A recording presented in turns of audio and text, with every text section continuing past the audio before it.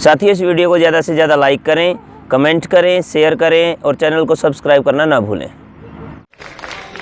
बर्फ का पर्वत इरादे छोड़कर गलता रहा, बर्फ का पर्वत इरादे छोड़कर गलता रहा, सूर्य भी प्रातः निकलकर सांझ को ढलता रहा, पर रहा अंदाज अपनी जिंदगी का तो अलग, पर रहा अंदाज अपनी जिंदगी का तो अलग। आंधियां चलती रही लेकिन दिया जलता रहा, आंधियां चलती रही लेकिन दिया जलता रहा।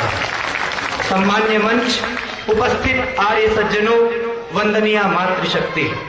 आर्य पथिक वीर पंडित लेखराम ने अपनी शहादत से पहले कहा था कि आर्य समाज में तहरीर और तकरीर का काम कभी बंद नहीं होना चाहिए। इसलिए मैं जब जब हजारों विडंबनाओं के बीच रहकर भी खामोश होना चाहता हूं तो आर्य शहीदों का खून मुझे धिक्कारने लगता है, तब मौन छुपकर खामोशी तोड़कर बोलना पड़ता है। आर्यों के इस आर्यावर्त की वर्तमान दशा तो देखिए। आज यदि आपकी जेबों भरी है तो ही आप स्कूल और कॉलेजों में शिक्षा खरीद सकते हैं। यदि आप धनवान हैं तो ही भारत के अस्पताल आपके इलाज के लिए खुले हैं। गरीब ना तो पढ़ सकता है ना इलाज करा सकता है। क्या आपने आज के जवानों की वासनाएं देखी हैं? जवानों की जवानी को बर्बाद करने के जिम्मेदार टीवी के मनोरंजन चैनलों को देखा है? पत्र पत्रिकाओं में परोसे जाने वाले नग्न प्रदर्शन को देखा है? और चारित्रिक पतन की सभी सीमाओं को तोड़ देने वाली आज की इन फिल्मों और टीवी के कार्यक्रमों को देखा है? ऐसी दशा में कच्ची उम्र वाले नौनिहालों को वासनाओं की भीख चढ़ने से कौन बचा सकता है? और विडंबना देखिए, आज बच्चियों, नाबालिगों और स्त्रियों के साथ हो रहे दुष्कर्मों का पुरजोर विरोध तो पूरे देश में सुनाई देता है, लेकिन इसके लिए जिम्मेदार कारणों के खिलाफ आवाज उठाने की हिम्मत कोई नहीं करता। कोई नहीं कहता कि संचार के साधनों द्वारा घर घर परोसे जाने वाली अश्लील सामग्री इसके लिए जिम्मेदार है। कोई नहीं कहता कि अधिकतर दुष्कर्म को अंजाम देने वाले शराब के नशे में ये दुष्कर्म करते हैं। इस देश के विद्यालयों में यौन शिक्षा पर तो बल दिया जाता है, लेकिन छात्रों की दिनचर्या, आसन, प्राणायाम और योग की शिक्षा के लिए कोई योजना नहीं बनाई जाती। इस देश के नेता समलैंगिकता का समर्थन कर सकते हैं। आतंकवादियों को पकड़ना है या नहीं पकड़ना, दंगों को चलने देना है या रोकना है, इस पर राजनीतिक लाभ देख सकते हैं। अपनी सुख सुविधाओं की खातिर लाखों भूखे गरीबों के पेट पर लात मार सकते हैं। और इनसे क्या आशा की जा सकती है? कैसा हो गया है हमारा देश, जहां एक और सत्ता के लिए संघर्ष करने वाले, सांप्रदायिक हिंसा भड़काने वाले और अपनी 7 पुश्तों के लिए धन इकट्ठा करने की तमन्ना रखने वाले हमारे इन नेताओं की लंबी कतार है, तो वही दूसरी ओर हमारी हर परंपरा, हर ताने बाने को तोड़ने वाला बाजारवाद है, जिसमें हर चीज का पैसों के लिए व्यापार होता है। सच पूछो तो इस प्रश्न पर इतना दुख नहीं होता कि इतना अंधकार क्यों है। दुख इस प्रश्न पर होता है कि आर्य समाज चुप क्यों है, आर्यत्व का अभिमान रखने वाले चुप क्यों है, उस दयानंद के सिपाही चुप क्यों है, जो हजारों विरोधियों की भीड़ के बीच में गरजता है, जो उसे टुकड़े टुकड़े कर देने को तैयार खड़ी है। उन गुरु लेखराम, पंडित चमुपति की परंपरा के लोग चुप क्यों है, जिनके खून की एक एक बूंद वैदिक धर्म और आर्य समाज के उत्थान में लगी। अरे क्या नाम है उन तरफ वालों के मानस पुत्र जो जब मंचों पर प्रमाणों की झड़ी के साथ बोलना शुरू करते थे तो प्रतिद्वंदियों के होठ उड़ जाते थे। अरे क्या नाम है उन आर्य दीवानों की परंपरा के लोग जो गले में ढोल लटकाकर हर गली, हर चौराहे पर गाते फिरते थे, दुख आता है तो आने दो, सुख जाता है तो जाने दो, हम दयानंद के दीवाने, हम वीर है डरना क्या जाने, हम वीर है डरना क्या जाने। याद रखिए, जो मौन हो जाता है वो गौण हो जाता है। आर्यों, इतने बुरे हालात कैसे हो गए? आर्यों, इतने बुरे हालात कैसे हो गए? आर्यों, तुम भी हवा के साथ कैसे हो गए? इस घने छाए अंधेरे से मुझे शिकवा नहीं, इस घने छाए अंधेरे से मुझे शिकवा नहीं। अरे यह बताओ, आग थे तुम, राख कैसे हो गए? आग थे तुम, राख कैसे हो गए?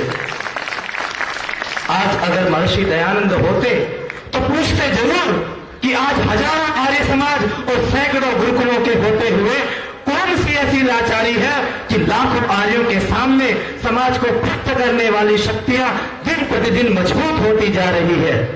जीवन भर कभी सत्य से समझौता न करने वाले विताग दयानंद आज होते तो सबसे ज्यादा फटकार लगाते आर्यत्व के अभिमानी हम आर्यों की समझौतावादी प्रवृत्ति को, जिस कारण हम आर्य आज प्रभावहीन होकर सामाजिक परिदृश्य से विलुप्त होते जा रहे हैं। झकझोरते हमें दयानंद कि कौन सी ऐसी मजबूरी है कि जिस आर्य समाज के कंधों पर पूरे विश्व को एक वैदिक ध्वज के नीचे लाने की जिम्मेदारी है, वो भी आर्य समाज आज टुकड़ों में बट रहा है। पंडित गंगा प्रसाद उपाध्याय ने कभी कहा था, दयानंद की पैरवी करने वालों, दयानंद के नाम पर मरने वालों, खबरदार पैरों को डिगने न देना, खबरदार दिल को धड़कने न देना, खबरदार दिल को धड़कने न देना। हम डरते हैं कि केवल हमारे समर्पण से क्या होगा, लेकिन हम भूल जाते हैं कि एक जला हुआ दीपक हजारों दीपकों को जला देता है। जब एक व्यक्ति सच्चा आर्य बनता है तो उसके सत्य के प्रताप से हजारों हजार लोगों के जीवन में क्रांति होती है। अरे समर्पण किया था ऋषि दयानंद ने, जिसने नितांत प्रतिकूल संसार की उस बंजर भूमि पर अकेले वैदिक धर्म का बीज अंकुरित करके दिखा दिया। समर्पण किया था स्वामी सत्यानंद जैसे कितने ही आर्य वीरों ने, जिन्होंने जगधारा के विपरीत चलकर उस अंकुरित बीज को अपने खुद से सींचकर पल्लवित कर दिया। आज हमको भी जरूरत है कि हम वो चीज इस समय करें।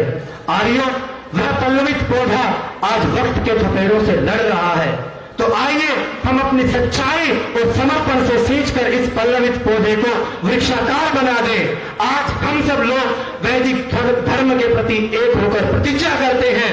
शौर्य चारों ओर काफी हो चुका है आसुरी अब, शौर्य चारों ओर काफी हो चुका है आसुरी अब, नाद वेदों का बजाने आर्य फिर से चल दिए हैं। सिर फिरो चेतावनी सुन लो हमारी ध्यान से तुम, सिर फिरो चेतावनी सुन लो हमारी ध्यान से तुम, विश्व में हलचल मचाने आर्य फिर से चल दिए हैं, विश्व में हलचल मचाने आर्य फिर से चल दिए हैं। धन्यवाद। ओम मधुमन में निक्रमणम मधुमन में परायणम वाचा वदामि मधुमत् भूयासं मधुसंदृशः। मान्यमान्यः सभापति महोदयाः, समुपस्थिताः विद्वद्वरेण्याः, समुपस्थिताः सभ्याः श्रोतारश्च, अद्य अहम् अस्मिन् गुरुकुल सम्मेलने भवतां समेषां समक्षे राष्ट्रस्य विकासाय संस्कृत शिक्षा आवश्यकी अस्ति इति विषयम् अवलम्ब्य स्वविचारान् प्रस्तौमि। मान्याः, विषयम् इमं विचार्यन् मे मानसपटले प्रश्नोऽयम् उदेति यत् किं नाम राष्ट्रम्। अतः प्रथमं राष्ट्रं विचारयामः। राष्ट्रशब्दस्य कः अर्थः? राष्ट्रं नाम भूमण्डलम्। भूभागस्य नाम राष्ट्रं भवति वा? नहीं, कदापि नहीं। पुनः किं नाम राष्ट्रम्?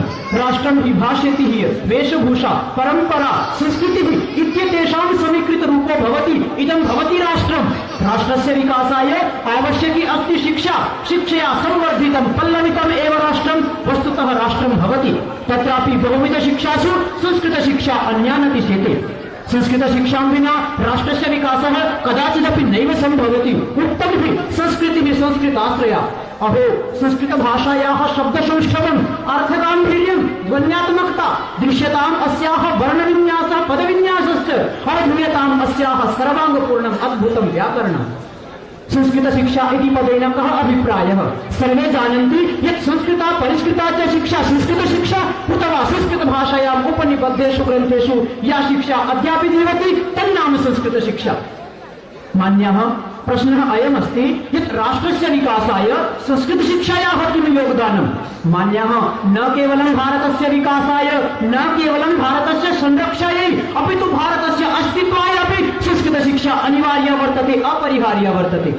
राष्ट्रस्य विकासाय सर्वप्रथमं सर्वप्रमुखं च तत्त्वं वर्तते राष्ट्रभक्तेः भावना। संस्कृतमन्तरेण कानाम् अपरा भाषा उद्भावयति तादृशी भावनां माता भूमि पुत्रोऽहं पृथिव्याः। देववाणी राष्ट्रस्य सुरक्षायै उत्तमानाम् अस्त्रशस्त्राणां संग्रहार्थं सावधानं करोति। स्थिरावः सन्तु आयुधाः। सममेव स्वशक्त्यावर्धनाय शत्रुदेशानां च मर्दनाय अपि परामर्शं ददाति संस्कृतम्।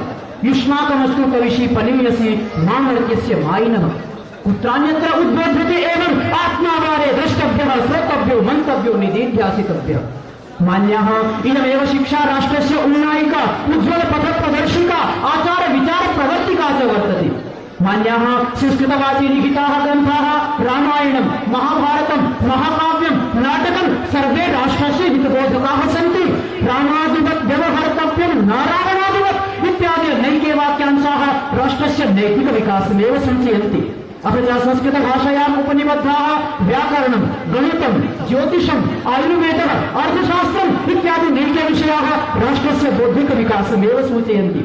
अनेन ज्ञायते यत् संस्कृतशिक्षा बहुविधविकासाय सर्वदा सर्वथा सन्नद्धा वर्तते। राष्ट्रस्य विकासाय संस्कृतमेव किमर्थम्? यतोहि संस्कृतमेव सम्भृतां संस्कृतिं च अवगन्तुं साधनभूतं वर्तते। संस्कृते ज्ञानं विज्ञानं कला संस्कृतिः धर्मः दर्शनम् इत्यादि नैके विषयाः अन्तर्भूताः सन्ति। संस्कृतशिक्षां विना राष्ट्रस्य नैतिकविकासः कदाचिदपि भवितुं न शक्नोति। यथा अद्यत्वे क्वचित् बलात्कारः क्वचित् भ्रष्टाचारः क्वचित् चौरकार्यं सर्वत्र दरीदृश्यते। एतस्य सर्वस्यापि कारणं किम्? कारणमस्ति संस्कृतशिक्षायाः अभावः एव। पुनः वदामि, संस्कृतशिक्षां विना राष्ट्रस्य विकासः नैव सम्भवति।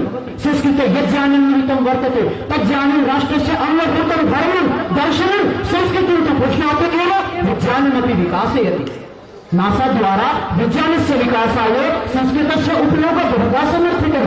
अपि च विज्ञानस्य विकासः राष्ट्रस्य विकासेन सह साक्षात् सम्बद्धः अस्ति।